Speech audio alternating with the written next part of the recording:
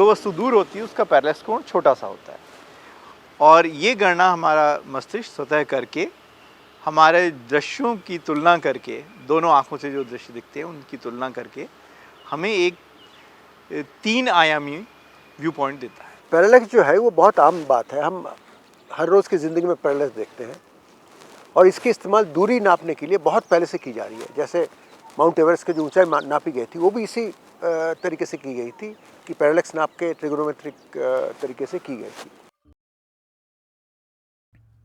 पास स्थित किसी वस्तु की दूरी नापने में हम दोनों कोण नापते हैं और तीसरे की गणना कर लेते हैं, लेकिन जब दूरियां बहुत विशाल हो तो नीचे के दोनों कोण बहुत छोटे होते हैं।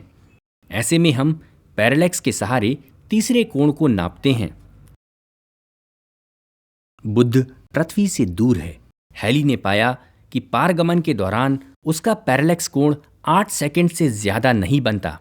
इस अत्यंत छोटे कोण की गणना में चूक होने की संभावना है, इसीलिए बुध पैरेलैक्स निकालने के लिए ठीक नहीं रहेगा।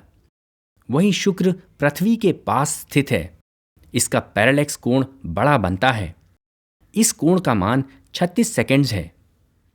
उन्होंने शुक्र के सहारे पैरेलैक्स की गणना को समझाने के लिए एक पर्चा लिखा। उन्होंने लिखा कि प्रेक्षकों को पृथ्वी पर जितना दूर हो सके उतना दूर जाना चाहिए। उन्हें अपने अक्षांश और देशांश की जानकारी होनी चाहिए ताकि आधार रेखा की लंबाई निकाली जा सके, और उन्हें पूर्व निर्धारित अवलोकन ही लेने होंगे, जैसे कि दूसरा स्पर्श, तीसरा स्पर्श और पारगमन की अवधि। मान लीजिए कि 2 प्रेक्षक ए और बी अलग अलग देशांशों से पारगमन देख रहे हैं। पैरेलैक्स के कारण दोनों को सूर्य की सतह पर शुक्र की यात्रा भिन्न भिन्न जगहों पर दिखती है। अगर वे बारीकी से स्पर्श 2 और स्पर्श 3 के बीच के समय की गणना करें तो पाएंगे कि दोनों प्रेक्षणों में पारगमन की अवधि भिन्न भिन्न होती है। दरअसल प्रेक्षक एक दूसरे से जितनी दूर होंगे, पैरेलैक्स का कोण उतना ही बड़ा बनेगा। हमें मालूम है कि सूर्य का कोणीय व्यास आधे डिग्री का है। पारगमन की अवधियों के हिसाब से यह जाना जा सकता है कि दोनों पारगमन के बीच कोणीय अंतर कितना है। इसे पैरेलैक्स का कोण कहते हैं। देशांश ज्ञात होने से प्रेक्षकों के बीच की दूरी यानी आधार रेखा नापी जा सकती है। आधार रेखा पैरेलैक्स के कोण और केपलर के समानुपातिक दूरियों के नियमों का सहारा लेते हुए पृथ्वी और सूर्य के बीच की दूरी निकाली जा सकती है। हैली ने एक तरह से पूरी तैयारी कर दी थी, लेकिन उन्हें मालूम था कि वे खुद शुक्र के पारगमन को नहीं देख पाएंगे। अगला पारगमन सन 1761 में होने वाला था। तब तक वे जीवित नहीं रहेंगे। मान लीजिए कि 2 मोटरसाइकिल सवार प्रतियोगिता कर रहे हैं। बाहरी सवार अपना चक्कर 1 मिनट में पूरा करता है तो भीतर वाला 36 सेकंड्स में। हर 1 मिनट 36 सेकंड्स के बाद एक ऐसी स्थिति आती है जब सवार एक दूसरे को पार करें। अब सवारों की जगह ग्रहों को रख दीजिए। बाहर पृथ्वी और भीतर शुक्र, और मिनट की जगह है वर्ष। इन दोनों ग्रहों की कक्षाएं एक सीध में हैं, तो लगभग हर 19 महीने के बाद दोनों ग्रह एक दूसरे के सामने से गुजरते हैं।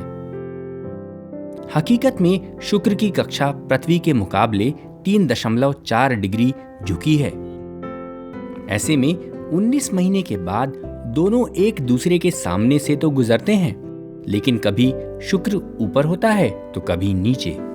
जब शुक्र पृथ्वी और सूर्य के बीच आ जाता है तो इसे एक इंफीरियर कंजंक्शन या अंतर्युति कहते हैं। कक्षीय झुकाव के कारण पारगमन एक दुर्लभ घटना है। यह तभी संभव है जब दोनों ग्रह नोड्स पर हों। पिछला पारगमन 8 जून 2004 को हुआ था। अगला पारगमन 6 जून 2012 यानी इसी साल होने वाला है, और इसके बाद शुक्र का पारगमन 105 साल के बाद ही होगा। हैली ने खगोल शास्त्रियों को प्रेरित कर ही दिया था। कई दल इसे देखने दुनिया के कई हिस्सों में गए। फ्रांस, इंग्लैंड, यूरोप, ऑस्ट्रिया से खगोल शास्त्री, पौंडीचेरी, उत्तर अमेरिका, साइबेरिया और केप टाउन की ओर निकले। कुछ पारगमन देख पाए और कुछ नहीं। लोगों ने काफी ध्यान से अवलोकन लिए, लेकिन कुछ ऐसा हुआ जिसके लिए वह तैयार नहीं थे। दूसरे स्पर्श के बाद जैसे ही शुक्र अंदर जाना शुरू होता है, ऐसा आभास होता है मानो पानी की बूंद खींच रही हो। इसे ब्लैक ड्रॉप प्रभाव कहते हैं। इस कारण स्पर्श का शुद्ध समय निकालने में और बाद की गणना पर प्रभाव पड़ा। गणनाएं चौंकाने वाले तथ्य लेकर आईं। सूर्य और पृथ्वी के बीच की दूरी निकली 15.3 करोड़ किलोमीटर। पहली बार इंसान को पृथ्वी और सूर्य के बीच की दूरी की विशालता का पता चला। अंतरिक्ष की विशालता को समझने में यह बहुत बड़ा कदम था। सन 1769, 1874 और 1882 के पारगमन आंकड़ों में सुधार की दृष्टि से काफी महत्वपूर्ण रहे। सूर्य की सही दूरी तो राडार तकनीकी के विकास के बाद ही निकाली जा सकी। आज हम जानते हैं कि यह दूरी करीब 15 करोड़ किलोमीटर के बराबर है। विज्ञान में हर कदम का अपना एक महत्व है। अगला कदम उसी के आधार पर चुना जाता है। 6 जून 2012 को हम एक बार फिर उसी ऐतिहासिक घटना से रूबरू होंगे जिसने 200 सालों से भी अधिक समय तक खगोल विज्ञानियों को निरंतर खोज के लिए प्रेरित किया।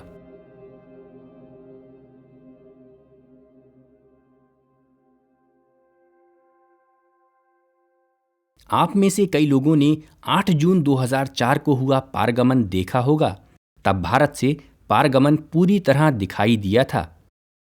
तब हम में से कई लोगों ने प्रथम स्पर्श, द्वितीय स्पर्श और ब्लैक ड्रॉप का प्रभाव भी देखा था। लेकिन इस बार स्थिति कुछ भिन्न है।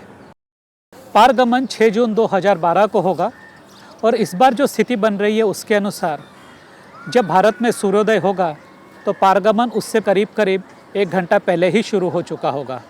इसके चलते हम प्रथम स्पर्श, द्वितीय स्पर्श और ब्लैक ड्रॉप का प्रभाव नहीं देख पाएंगे।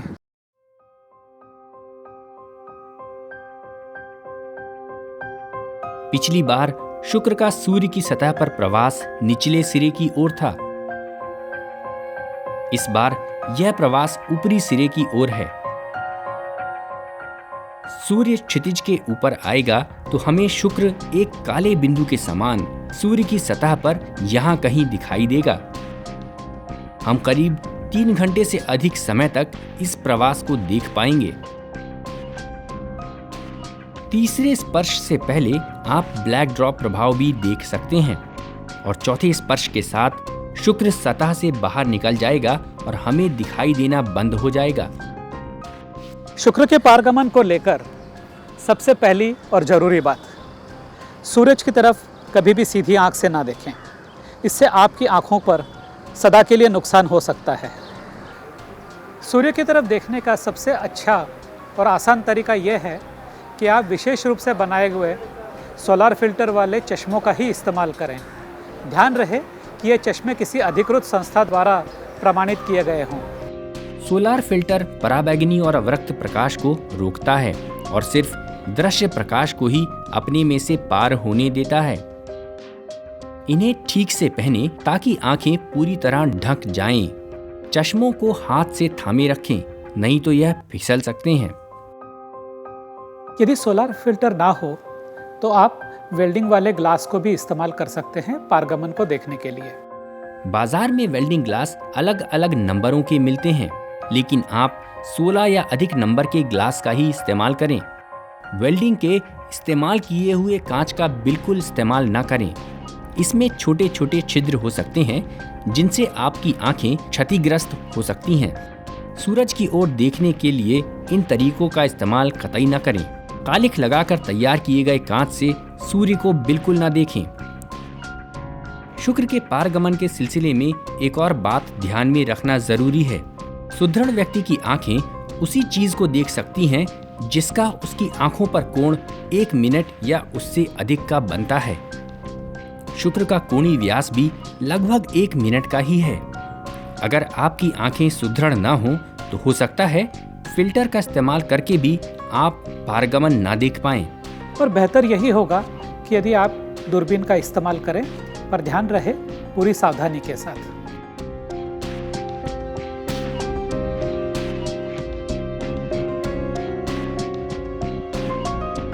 एक मोटे कागज पर छेद कर टेलीस्कोप के ऊपर लगा दें। अब टेलीस्कोप का मुंह सूरज की ओर कीजिए। ध्यान रहे कि सूरज को टेलीस्कोप से कतई नहीं देखना है।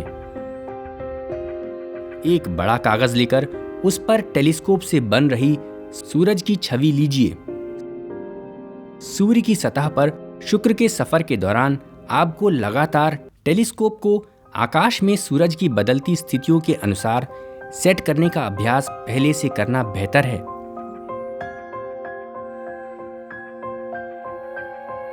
आप एक कोण मापक यंत्र बनाकर पारगमन से पहले शुक्र की आकाश में बदलती स्थितियों पर नजर रख सकते हैं।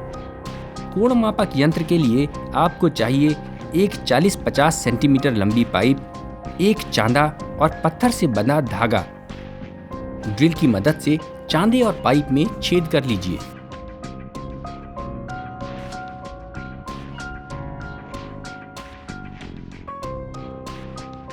चांदे की 90 डिग्री रेखा को पाइप से समानांतर ले आएं। इस कोण मापक यंत्र से आप शुक्र की आकाश में बदलती स्थितियों की माप लेते रह सकते हैं। पारगमन से पहले शुक्र का कोण रोजाना कम होता जाएगा। अगर आपके टेलीस्कोप में सोलार फिल्टर लगा हो तो आप इससे सूर्य का सीधे अवलोकन कर सकते हैं।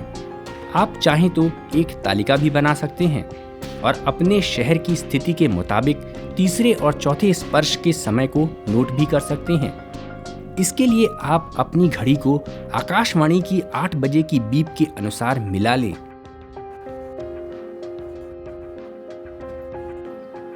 आप भी सूर्य और शुक्र की बदलती स्थितियों के लगातार स्केच बना सकते हैं।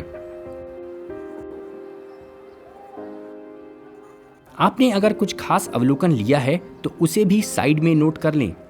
बाद में इन रफ ड्राइंग्स को आप अच्छे से बना सकते हैं। इस रिकॉर्ड को आप बाद में दूसरे अवलोकनकर्ताओं के साथ बांट भी सकते हैं। तो तैयार रहिए इस ऐतिहासिक घटना को देखने के लिए।